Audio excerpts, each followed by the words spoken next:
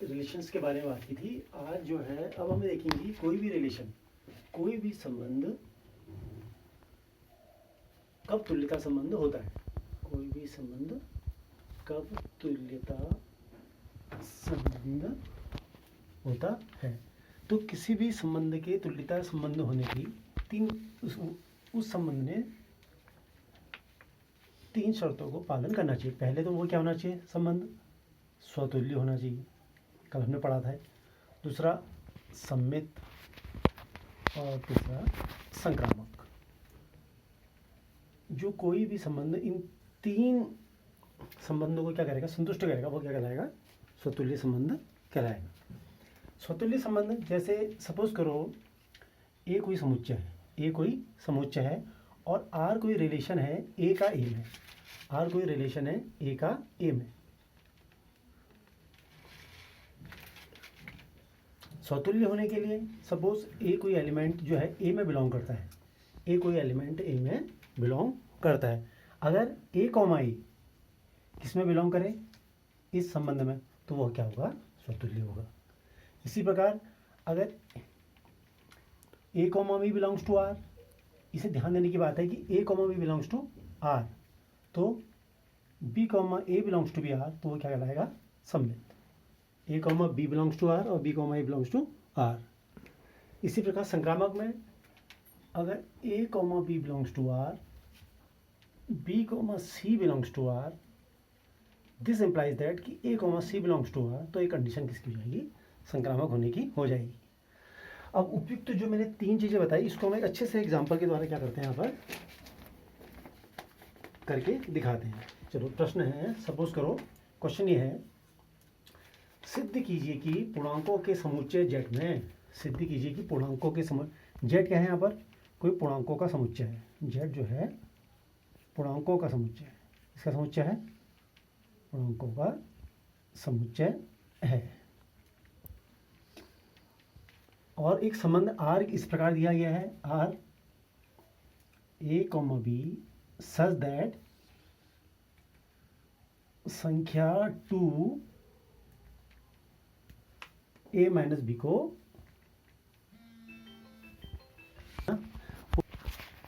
Z जो है एक पूर्णांकों का समुच्चय है और संबंध जो आर दिया है वो दिया है कि इस आर में ए कॉमा बी, मतलब उस आर में बहुत से क्या है पूर्णांक है, 1, 2, 2, 3, 3, 4, 4, 5, ये क्या ऑर्डर्ड पेयर है, इनके क्रमित युग्म है। तो वो कह रहा है कि ये जो है संख्या 2 ए माइनस बी को विभाजित, संख्या 2 ए माइनस बी को विभाजित करती है, संख्या 2 ए माइनस बी को विभाजित करती, संख्या 2 ए माइनस बी को विभाजित करती है। सिद्ध करना है या हमें दिखाना है कि ये जो है एक तुल्यता संबंध है।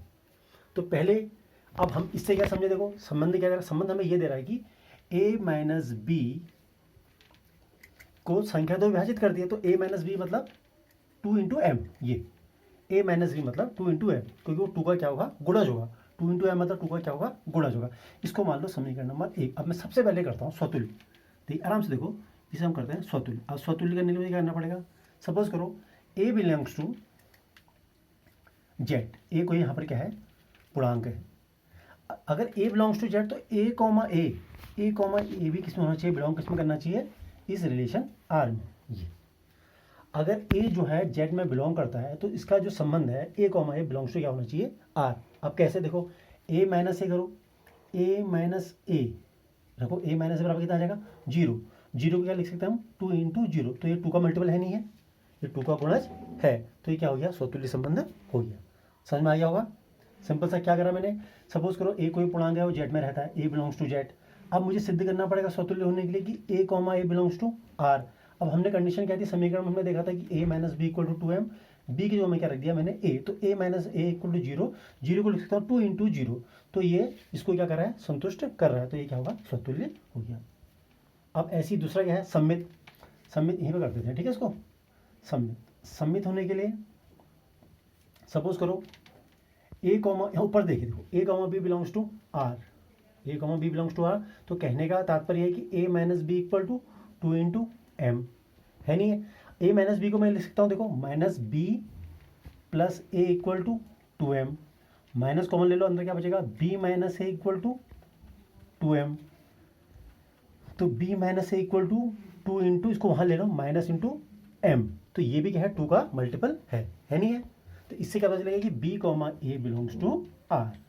समझिए, तो ये क्या हो गया, यहाँ पर सबमिट हो गया। सिंपल सा हमने कहा कि भैया ए में, क्योंकि A comma B belongs to R, ये देखिए ऊपर देखिए आप, A comma B belongs to R है अगर, तो A minus B equal to 2m, मैंने minus B plus A equal to 2m, minus common ले लिया, B minus A equal to 2m, B A, तो ये क्या हो गया मल्टीपल। तो हमने क्या चेक कर दिया कि ये सबमिट भी है। अब तीसरा क्या सिद्ध करना है मैंने बताइए, संक्रामक। अब संक्रामक कैसे करेंगे, देखिए बहुत सरल है। देखो A comma B belongs to R, अगर A comma B belongs to R तो कहने का मतलब है कि A minus B equal to कितना हो जाएगा, बोलो, सपोज करो 2m। B comma C belongs to R, B comma C belongs to R तो क्या बन जाएगा, B minus C equal to 2 है, वो 2 का मल्टीपल 2m है, यहाँ इसको n मान लो, 2 इंटू n। समीकरण नंबर फर्स्ट और समीकरण नंबर 2। अब मुझे क्या प्रूव करना पड़ेगा कि A comma C belongs to R. अब A comma C belongs to R कब होगा, जब ए माइनस सी क्या आ जाए, 2 का मल्टीपल आ जाए। अब ए माइनस सी कैसे आएगा, समीकरण 1 और 2 को जोड़ने पर, समीकरण 1 और 2 को जोड़ने पर, अब जोड़िए समीकरण 1 और 2 को, तो क्या आ जाएगा, देखिए समीकरण 1 और 2 को जोड़ने पे क्या आ जाएगा, a minus B plus B minus C equal to, इसको लिखिए, सॉरी 2m था, इसको 2n लिखिए, 2, क्योंकि 2 का मल्टी कुछ भी हो सकता है ना, इसको लिखिए 2m प्लस 2 इंटू n। क्या हो जाएगा, b से b कैंसिल, तो यहाँ पर क्या आ जाएगा, a minus C equal to 2 into m plus n। अब m प्लस n मतलब एक कोई नया पूर्णांक, कोई सपोज करो ये पूर्णांक था ना, 2 टाइम्स 3 टाइम, तो यहाँ करके कुछ नया पूर्णांक आ जाएगा, तो यहाँ 2 इंटू पी, तो ये भी क्या आ गया, 2 का मल्टीपल आ गया, आया नहीं 2 का मल्टीपल।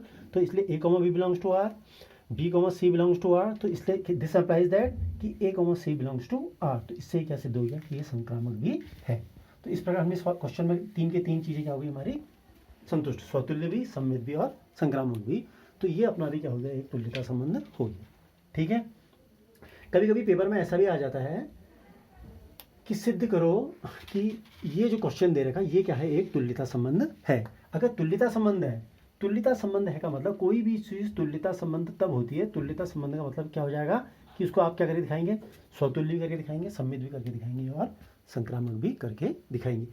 अब एक चीज़ और पूछी जाती है, कभी कभी बहुत से पेपर में पूछा गया है, इक्विवेलेंस रिलेशन, तुल्यता, उसको कहते हैं आपका इक्विवेलेंट क्लास। देखिए आप अपनी एनसीईआरटी किताब में देखना, एक जगह पर लिखा होगा, उसमें इसको कहेंगे आप इक्विवेलेंट क्लास, तुल्यता वर्ग। इसी से मैं इसको आपको यहीं पर समझा देता हूँ उसी क्वेश्चन से।